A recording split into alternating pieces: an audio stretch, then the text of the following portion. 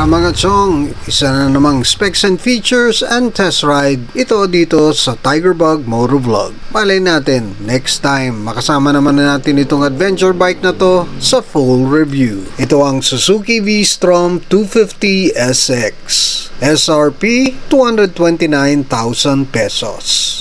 Tinaguriang Master of Adventure. Isa itong tagapamagitan ng lungsod at kabundukan. Powering this adventure bike is a 249cc 4-stroke single-cylinder, single overhead cam, 4-valve, fuel-injected, oil-cooled engine. Siyempre meron siyang Suzuki Eco Performance Technology para pwede mong ihataw ang power niya pero matipid sa gas. Naka-dual channel ABS na yan mga chong. ABS in front and in back para mas tiwala tayo sa ating mga preno. All LED lighting na yan mga chong. Kaya't sporty ang dating. Samahan mo pa ng windscreen na pang-rally ang dating. And it has this beak-like adventure bike front fairing.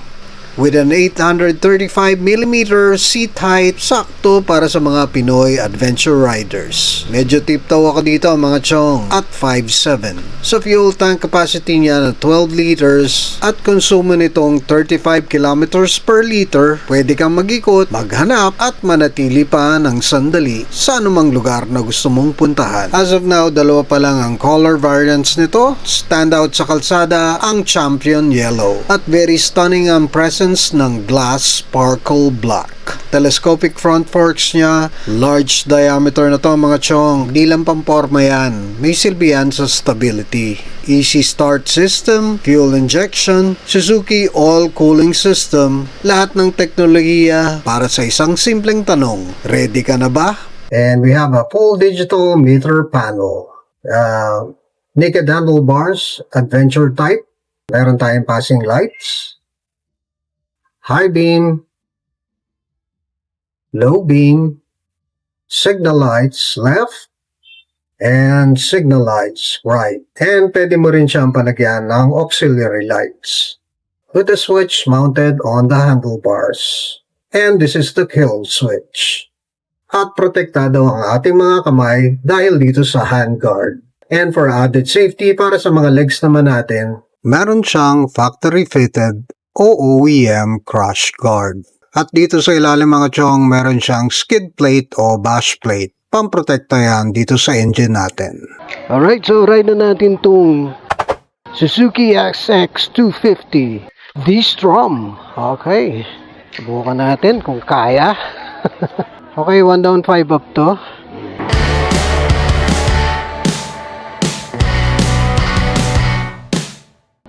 Sabi ng makina nito, mataas. Tiptoe ako dito. Woo!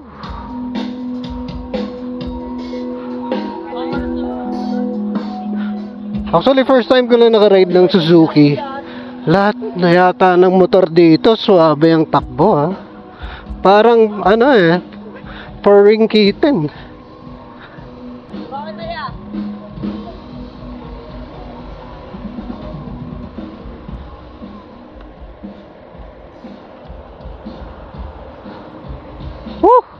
Sarap pala ng adventure bike ha. The first time ko talaga nakasakay ng adventure bike. Ito pang V-Strom. Galing. Max power ng V-Strom 19.5 kilowatts at 9,300 RPM.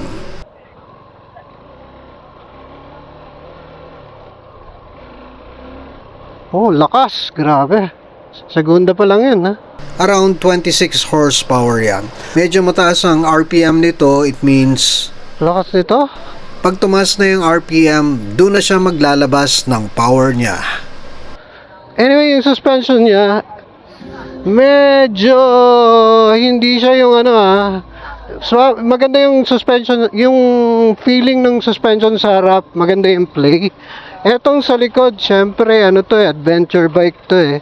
Medyo, konting-konti lang, medyo stiff siya ng konti. Pero hindi naman yung matagtag.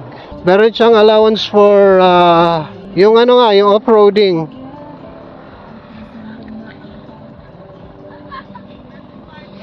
Tapos itong yung manibela, so, smooth na smooth yung turning niya.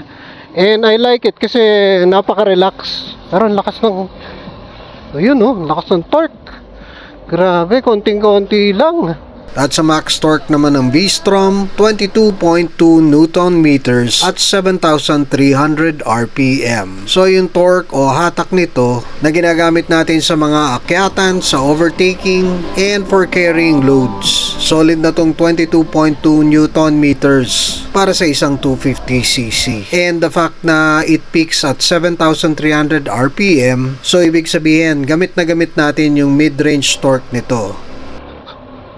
Hindi ako natatakot. Suabe yung preno, ang galing. Ayan medyo konting stiff dun sa likod. Saka yung shifting ng gears kahit first gear and second gear lang ako. Saka hindi ako namamatay ng makina. Bakit madaling magpalit ng gear sa V-Strom? Equipped ito ng constant mesh transmission. So dito sa mesh, laging nakaredy ang gears. Ang resulta, mas mabilis at mas smooth ang shifting dahil walang delay ang pagpasok ng gear. At isa pa dyan, naka-mechanical wet multi-plate clutch ito. Kaya better ang grip at smoother ang engagement ng bawat shifting. Grabe! Iwan kaluluwa! Okay, last round. Okay.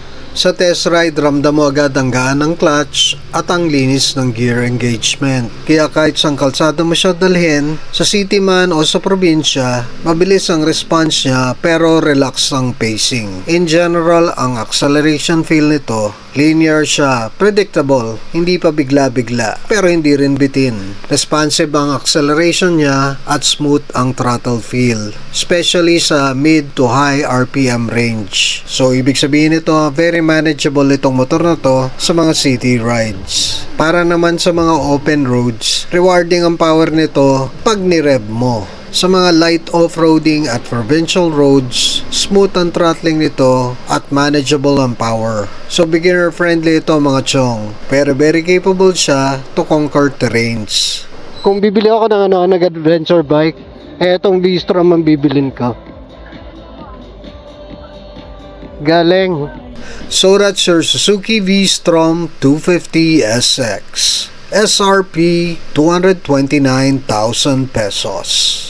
Alright mga chong, di mo kailangan malayo ang puntahan mo para matawag na adventure. Basta may puso kang handang sumubok, sigurado bawat kalsadang daanan mo, magiging isang magandang kwento pag uwi mo.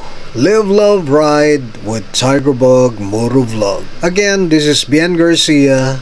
Do what you love and love what you do. Don't forget to subscribe.